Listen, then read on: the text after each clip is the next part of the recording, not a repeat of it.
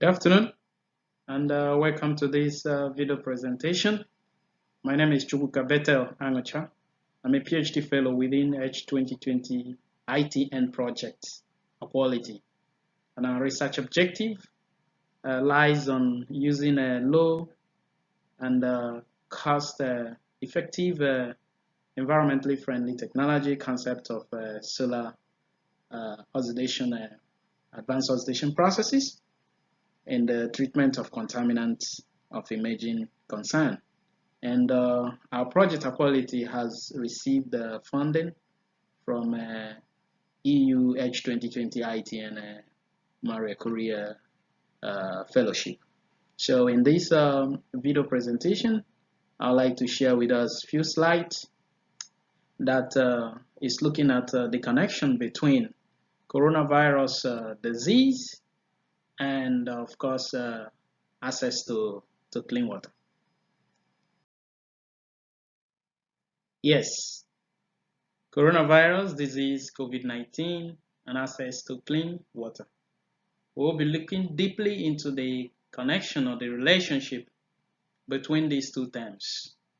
And I'm being hosted at my university here where I'm giving this presentation from at Denise Technical University, KTU, in Trabzon, which is a host institution of the AQUAlity project here in Turkey. So, coronavirus disease is a global pandemic. And what are the challenges that we face, not just because of this pandemic, but also our challenges in terms of water? Now, as COVID-19 has been declared a world global pandemic by the World Health Organization, the world is facing a reality of two important issues. Number one is dealing with the disease and preventing its aggressive spread before we finally get a vaccine. And number two is access to clean water. Now, in trying to deal with issue one and achieving the aim to defeat this virus, there are already certain measures put in place to combat it. One is our social distance keeping, making sure that we stay at least 1.5 meters apart and washing our hands with soap and water. And we'll be looking more and more deeply into some of these recommendations. Yeah, washing our hands with soap and water. But now we have to ask ourselves some questions. Is it everybody that has access to water? Is clean water accessible to all and sundry? If we are to wash our hands with soap and water constantly in order to prevent the spread and also keep us away from getting infected with this virus, then the water we have to wash our hands with must be free from contaminants. So one can now realize that there's never a better time than now that the need for access to clean water becomes more prominent. COVID-19 has reminded us once again the urgent need to rise and deal more proactively with the issue of clean and safe water, which remains a global challenge. The United Nations Sustainable Development Goal number 6 that talks about clean water and sanitation is also in focus now. Washing our hands with soap and clean water is a good recommendation and a very important one for that matter. But it's not everybody that have access to clean water. What about the 40% of humanity lacking access to these very two important basic hand washing requirements, soap and water? We really need to do something about that. So coming back to this recommendation of constant hand washing with, of course, soap and clean water, we want to really focus our attention on some facts that actually connects these two things. This global pandemic, COVID-19, and access to water. And there are some reported figures that we really need to bring to focus. Waterborne disease claimed the lives of 1.4 million children every year. To tell you the extent people lack access to clean water, that is even much more important now. Everyday lack of access to clean water and sanitation kills thousands, leaving others with reduced quality of life.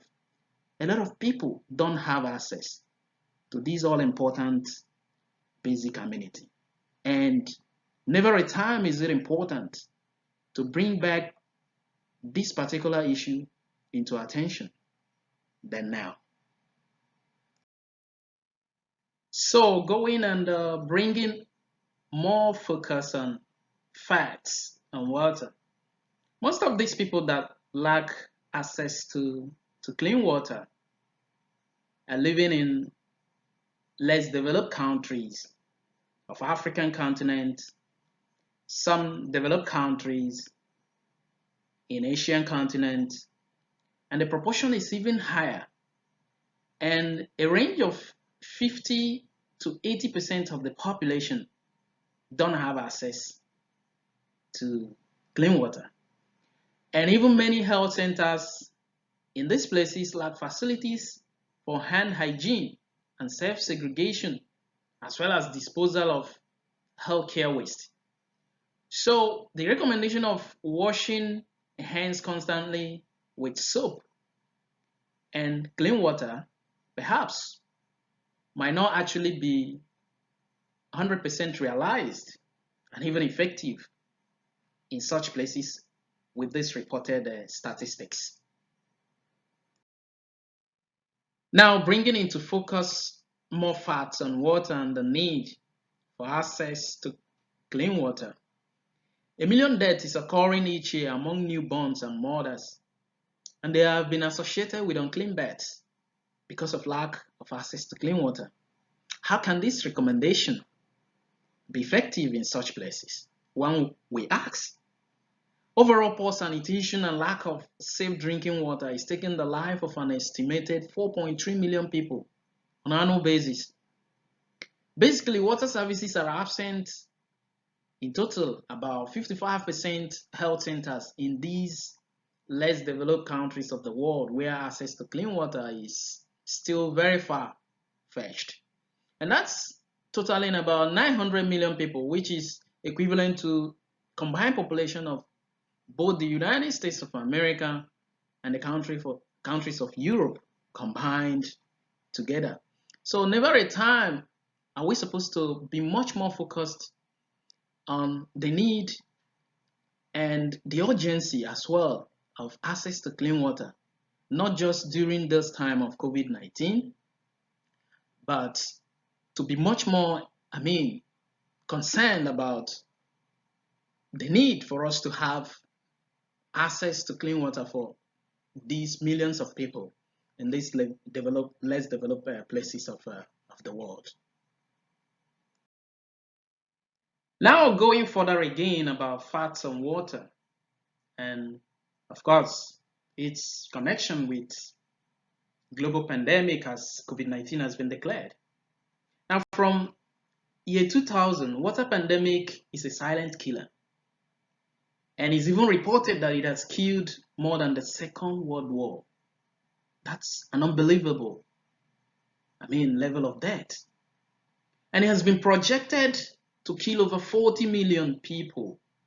And that's roughly equal to the population of Canada in the next 10 years.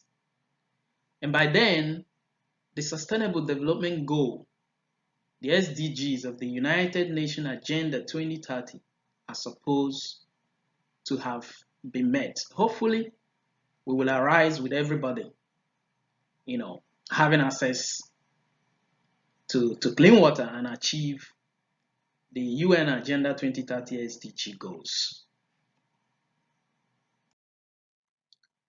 On the other hand, out of 17 goals, let's look at number 6.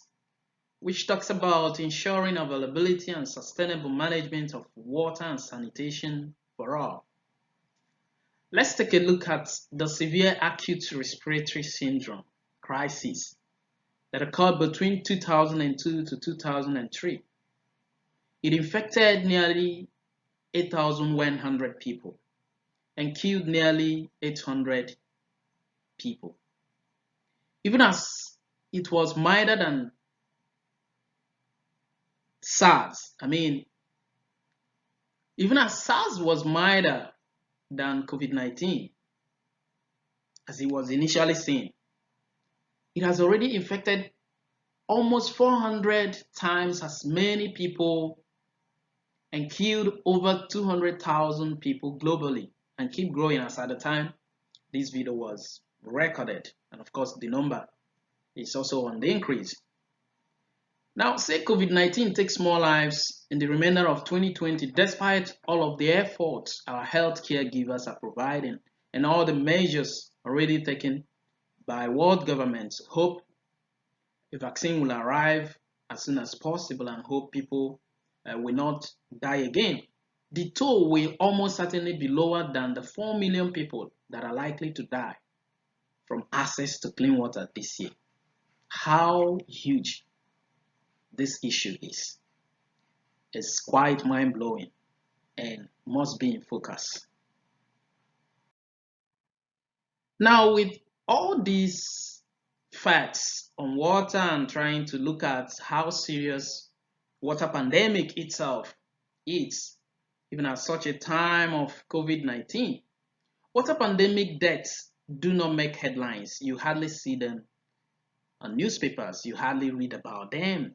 You even hardly hear on television or any other media outlets. Why is that? One can answer that question and say, maybe because water pandemic, people dying from it are naturally poor. So, their absence, even while they have gone or they are not living, cannot be felt. A lot of them don't make international travels. There are no mortgages to pay, no insurance cover for them. Even the global financial market don't recognize them. Even at this stage of COVID-19, water pandemic remains a challenge and is worrying. The protocols, the standards for tackling this problem is already in existence. People without wash, we know where they are. The best available technologies for solving the problem is already in existence. But it still remains a long journey. One may want to ask, why? And we will be looking deeply into that as we roll down the slides. Now, in answering that question, why, it might be a problem of political will, and finance is also a challenge. Water pandemic is not always in focus, and it's not taken seriously in the range of other problems that our world is facing today. Politicians who are willing to make it a top priority, even in their agenda along the campaign trail, when they come into power, usually they get it abandoned and they are not even interested in it. 20 years ago, in statistics, or that has been reported, it was estimated that an annual 24 billion US dollars will be spent over 10 years, and that would have afforded low-cost, safe water and sanitation for the vulnerable in these struggling countries around the world without access to clean water. Even nowadays, that has not been achieved. So finance is a problem. And the shortfall from achieving that is just about 17 billion US dollars. That is not even equal to annual pet food purchases in Europe and USA. So one will say that this is a missed target of trying to, provide access to clean water for these millions of people that don't have it. Now, in arriving successfully at our UN Agenda 2030, which is 10 years away from now, it leaves us with a thought. Accomplishing it will require an extra of just about 3% of NATO's total annual military budget expenses. Now we want to ask ourselves, will there be a shift in focus to water pandemic? It's a huge question. Achieving success against lack of access to clean water requires political stability, on the other hand, if you look at it, and also absence of corruption. And in most of these nations without access to clean water, these two key things lack. So it might not actually be only a problem of political will and finance. Also, political stability and, of course, corruption issue remains a very big challenge. And now one can conclude that, unfortunately, winning this war will continue to drag. Let's hope that water will be made available for all. All right, let's ask ourselves yet again, even during this crisis of coronavirus, if it can assist us in any way in speeding up the fight against this water pandemic. An answer to that might be that if this virus spreads more aggressively across vulnerable countries with lack of access to clean water, yes. But in consequence of that, this can lead to the risk of infection again in wealthier nations of the world, because people will have to move and travel through and through. Then maybe there will be more attention dedicated in our struggle against water pandemic. Now, coming down to what has been actually done so far, it would be unfair to say that nothing has been done about water pandemic. As a matter of fact, but our progress has been slow, in that many vulnerable groups are likely to continue dying without ever having known what it means to have clean water within their reach, much less a tap in their homes. All credit will have to go to the European Union, who has made giant strides in tackling challenges of access to clean water through water decontamination projects. Our project, the AQUAlity, is a good example of one that has received funding from the European Union's Horizon Edge 2020 Research and Innovation Program under Marie Curie Grant Agreement number 765860. So it would not be fair to say that nothing has been done. Actually, a lot of efforts have been made, but the journey still remains, and we must be focused. The AQUAlity project, with funding from the EU Edge 2020 Horizon, has a research objective of using low-cost, cheap and environmentally friendly technology concept of solar advanced oxidation processes in treating water to remove contaminants of emerging concern. These processes are driven by solar radiation, and with novel materials, either in the UV spectrum or even in the visible spectrum, these processes are applied to remove contaminants of emerging concerns. So all credit and all thanks to the European Union for this wonderful project that's also doing its bit in trying to help solve the problem of water issues. Now back to some facts again that is even happening now, and that wastewater treatment is already taking a lead charge on.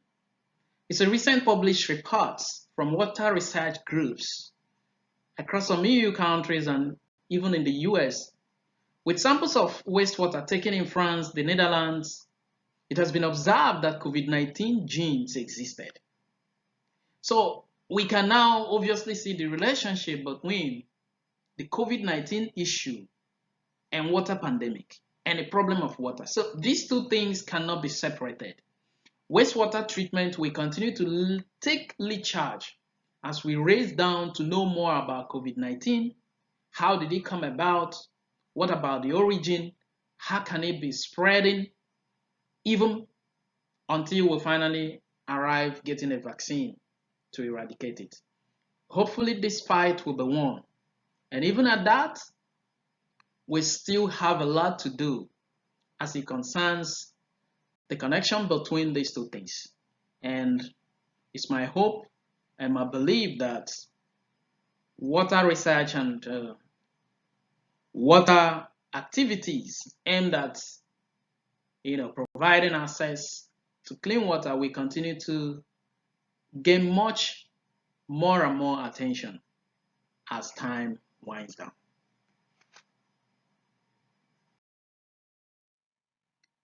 Yeah, coming from the recommendation of washing our hands with soap and clean water, of course. Stay safe from COVID-19. Wipe your desk. Wash your hands constantly with soap. If you are lucky enough to have clean water, you should be celebrating because lots of people out there don't even have it. All right. In support of most of the things that have been said, I would like to use this little time, this opportunity to invite you, please just take some time out and look at these links that's on this particular slide. These links have actually been created using TEDx Lesson Creator. A source of one is coming from IOM, International Organization for Migration. The other source is coming from Vox YouTube channel. And they are looking at some of the things that actually have been said, trying to link the recommendation of washing our hands with soap and clean water and seeing how it is related. It will actually stretch your mind and you will begin to think that this particular issue of COVID-19 cannot, be isolated or cannot be, taken differently from the need for us to have access to clean water, because if we are to wash our hands, we have to do that with soap and clean water, not just with soap alone. And we need access to clean water. All right, thank you for taking your time to look at this video slide presentation. I'd like to use this opportunity to acknowledge, of course, the European Union, EU Horizon Edge 2020, under which our project AQUAlity has received funding from. Thank you, friends, for listening to these slide video presentations. And it is my hope that we've been able to at least look at some ideas, and we have explored some things that is actually connecting one another in terms of COVID-19 and access to clean water. Thank you for going through the slides, and I hope that it will continue to be an inspiration for us to, as we continue to fight not just only coronavirus disease, but also the water pandemic problem. And I'm sure we will win the fight.